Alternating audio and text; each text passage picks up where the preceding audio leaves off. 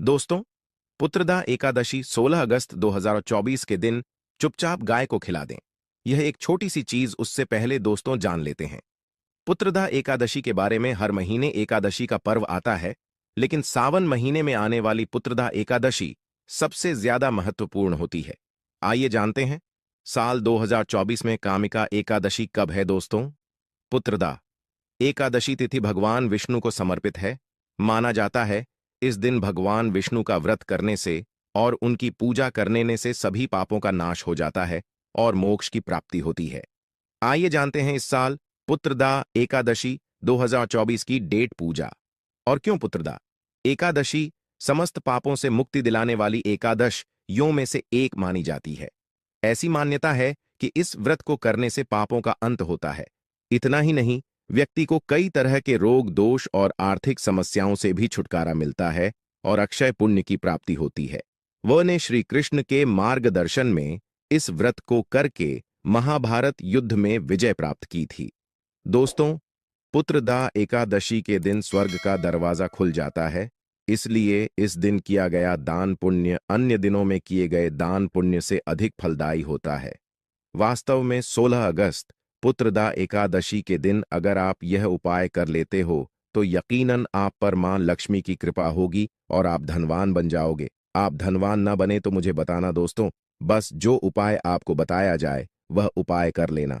चलिए जानते हैं। एकादशी के दिन चुपचाप गाय को खिला दें। यह एक छोटी सी चीज, रोडपति भी होंगे, करोड़पति मिलेंगे, सभी संकट और कष्टों से मुक्ति, मृत्यु दंड पितृदोष तुरंत होगा खत्म, पूरे साल आपके भरे रहेंगे, अन्न धन के भंडार यूं कहें कि आपकी 7 पुश्ते तक करेंगे, रुपयों पैसों पर राज्य, दोस्तों 7 पीढ़ियों तक बैंक बैलेंस बढ़ता चला जाएगा, सभी भी दुख दर्द संकट कष्ट है वह दूर हो जाएंगे और सभी सुख आपके कदमों में आ जाएंगे। सभी सुख आपके कदम चूमेगी। यदि आप यह एक छोटी और खास चीज चुपचाप गाय को खिला देते हैं तो तत्काल गरीबी आपके जीवन से खत्म हो जाएगी।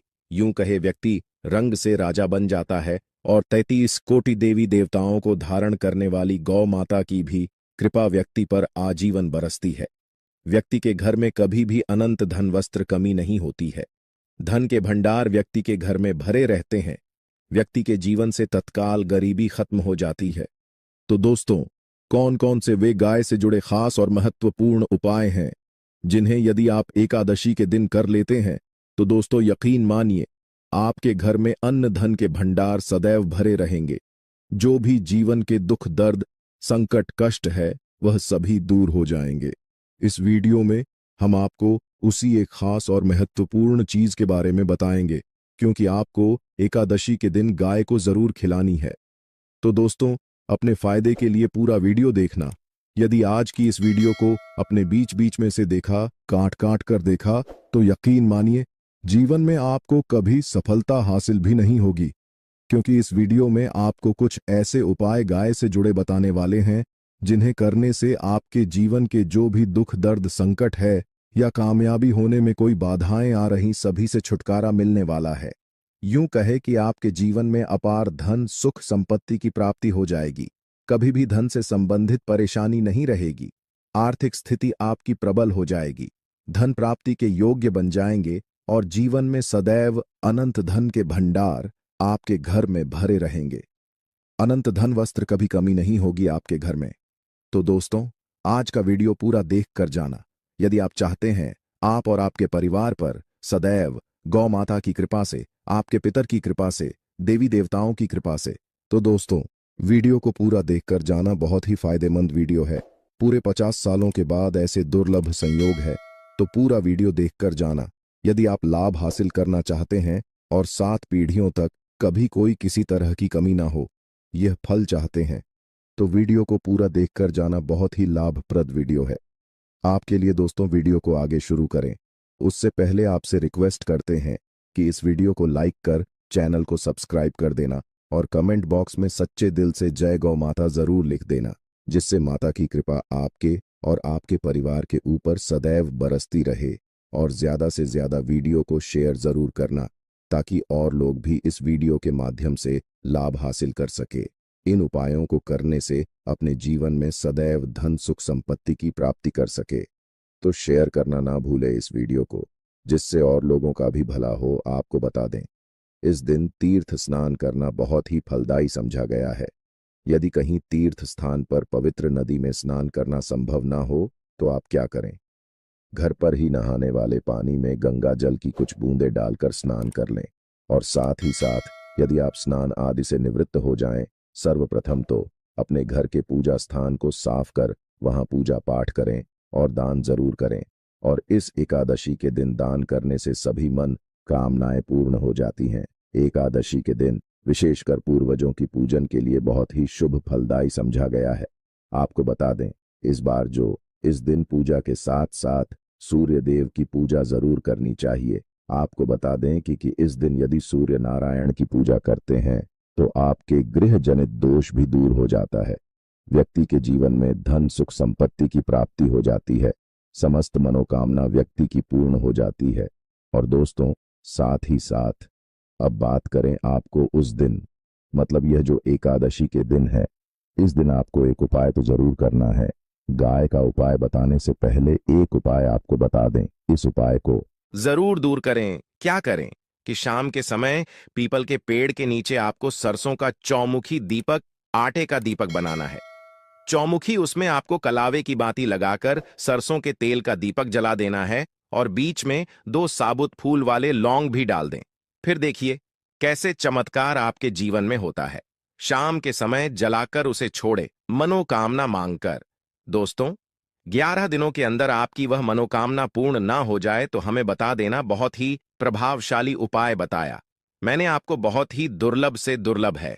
इस बार नए वर्ष के उपाय को जरूर करें। यह उपाय जो है बहुत ही आपको लाभ देगा।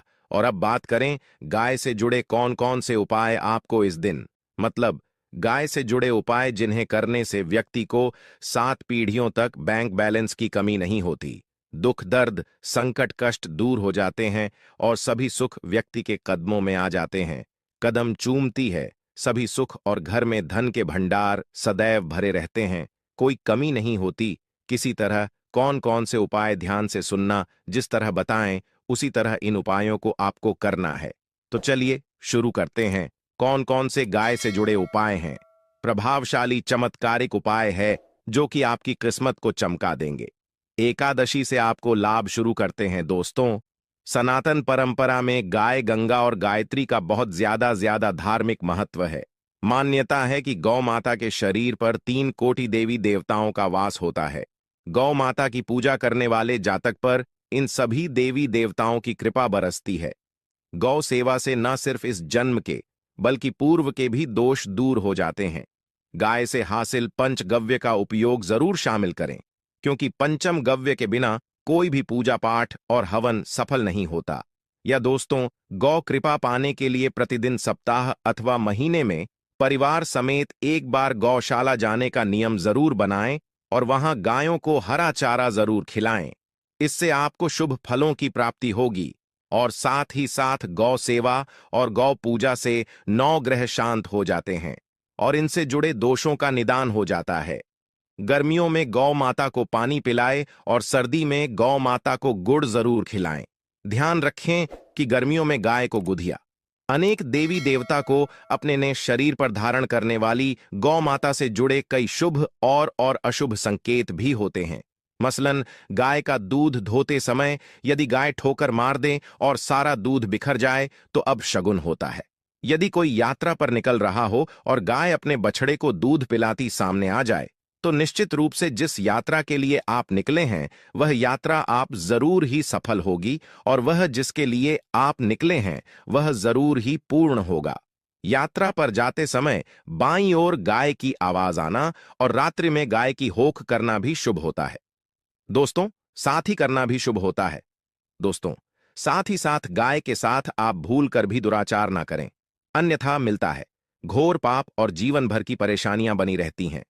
जी हां दोस्तों, गाय को राष्ट्रीय पशु बनाए जाने और इन्हें मौलिक अधिकार दिए जाने की बात हो रही है। तो सवाल उठता है, गाय संस्कृति का अहम हिस्सा है, तब भी गाय के साथ लोग खराब व्यवहार कैसे कर लेते हैं? गाय दर दर भटकती रहती है, भरपेट इन्हें चारा तक लोग नहीं देते। गाय जब तक दूध देती रहती है तो उनकी सेवा होती है और जैसे ही दूध देना बंद कर देती है तो लोग इन्हें उनकी किस्मत पर छोड़ देते हैं, सड़कों पर और गलियों में भटकने के लिए।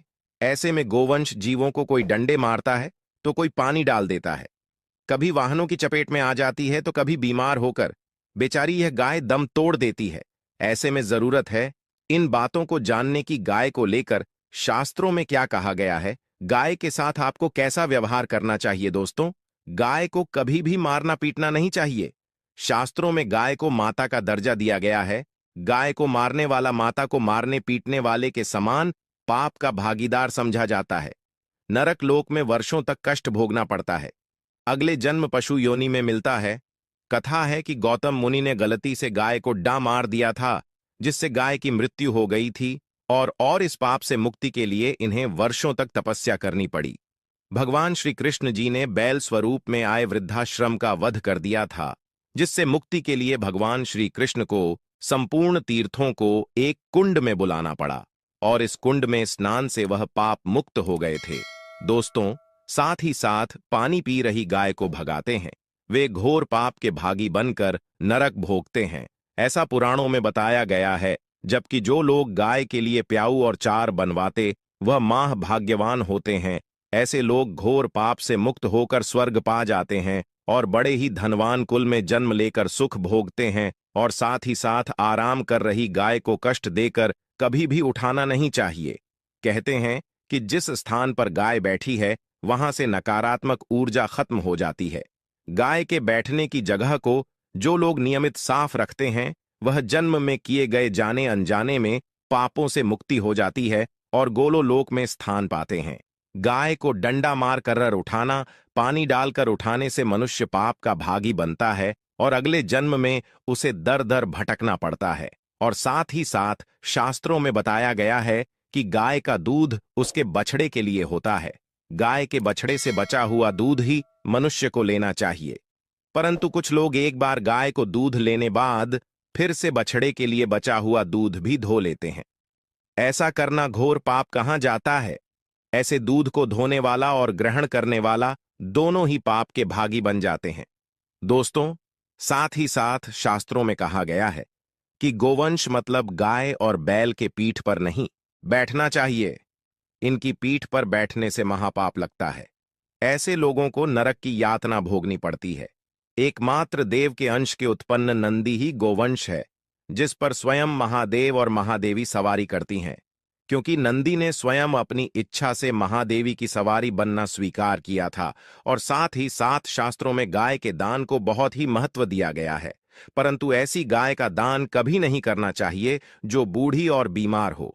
कठोपनिषद में नचिकेता की कथा भी इस संदर्भ में है कि जिस नचकेता ने पिता द्वारा बूढ़ी गाय को दान करने पर आपत्ति जताई थी, दूध देने वाली और बछड़े सहित जो लोग का दान करते हैं वह महान पुण्य को हासिल करके स्वर्ग में स्थान पाते हैं। दोस्तों, साथ ही साथ सूर्य चंद्र मंगल शुक्र की युक्ति राहु से हो तो पितृदोष होता है। यह भी मान्यता है कि सूर्य का संबंध पिता से एवं मंगल का संबंध होने के कारण सूर्य यदि शनि राहु या केतु के साथ स्थित हो या दृष्टि संबंधी हो तथा मंगल की युति राहु या केतु से हो तो पितृदोष होता है। इस दोष से जीवन संघर्षम बन जाता है। यदि पितृदोष हो तो गाय को प्रतिदिन या किसी भी एकादशी को या किसी पूर्णिमा के दिन अमावस्या या किसी भी खास दिन पर रोटी गुड़ चारा खिलाने से पितृदोष खत्म जाता है। साथ ही साथ गाय की पीठ पर जो कूबड़ बना होता है वह बृहस्पति गुरु है। अतः जन्मपत्री में यदि बृहस्पति अपनी नीच राशि मकर में हो या अशुभ शिवलिंग में जा रहे हो और सामने से गौ माता आती हुई दिखाई दे तो गौ माता को अपनी दाहिनी ओर से जाने देना चाहिए। आपकी यात्रा जरूर ही सफल होगी और जिस घर में गाय होती है उसमें वास्तु दोष स्वतः ही खत्म हो जाता है। और साथ ही साथ आपको बता दें कि गाय को आप भी रोटी बनाएं, प्रतिदिन ताजी रोटी ही बनाएं। गाय को अगर आपने रोटी बनाई है तो कोशिश करें कि उस रोटी को आप तुरंत ही गाय को दे दें। अगर आप उस रोटी को रख दें और उस रोटी को अगले दिन देंगे तो वह रोटी बांसी मानी जाएगी। गाय को कभी भी बांसी रोटी ना दें, इससे घर में नकारात्मक ऊर्जा वास करती है और जो भी काम आपके बनने वाले होंगे वह काम भी आपके बिल्कुल भी नहीं बनेंगे। इससे आपके घर में हमेशा दर्द देवता का वास रहेगा और आप जिस भी काम को करेंगे उस काम में आपको हमेशा असफलता ही हाथ लगेगी। इसीलिए कोशिश करें गाय को रोजाना ताजी रोटी बनाकर खिलाएं और रोटी को बिल्कुल ना रखें। बासी रोटी गाय को ना दें और साथ ही साथ सड़ी गली चीजें गाय को नहीं खिलानी चाहिए। घर में कोई फल है, कोई सब्जी है, सड़ जाए तो लोग क्या करते हैं, गाय को देते हैं। नहीं, ऐसा नहीं करना चाहिए। ऐसा करने से यदि आप गाय को खिलाते हैं तो आप पाप के भागी बन जाते हैं। आप बिल्कुल सड़ी गली चीजें गाय को ना खिलाएं और साथ ही साथ एकादशी पर आटे की 11 लोहियां बनाकर उनके ऊपर हल्दी लगाएं। इसके बाद गाय को खिलाएं। हर एक लोही को खिलाते समय गाय के सिंघवाल आपके जीवन में खुशियां ही खुशियां होंगी। और एक बार एकादशी पर आप 7 बार गाय की परिक्रमा भी कर लें तो आपके समस्त काम होंगे। और एकादशी पर साथ ही साथ आप गाय को जब भी रोटी दे, रोटी पर या तो आप थोड़ी हल्दी लगा लें या थोड़ा गुड़ रख ले। अगर गुड़ ना हो तो आप थोड़ा घी रख सकते हैं। दोस्तों, गाय को कभी भी सूखी रोटी ना खिलाएं। सूखी का मतलब गाय को रोटी खिलाए, उस पर कुछ ना कुछ रख कर खिलाएं। हल्दी रख लें, गुड़ रख लें, मिश्री घी या जो भी रख लें, मतलब खाली नहीं खिलानी है। इतना करने मात्र से आपके जीवन के सभी दुख दर्द समाप्त हो जाए। दोस्तों, यह थे गाय से जुड़े कुछ महत्वपूर्ण उपाय, कुछ बातें जिन्हें आपको ध्यान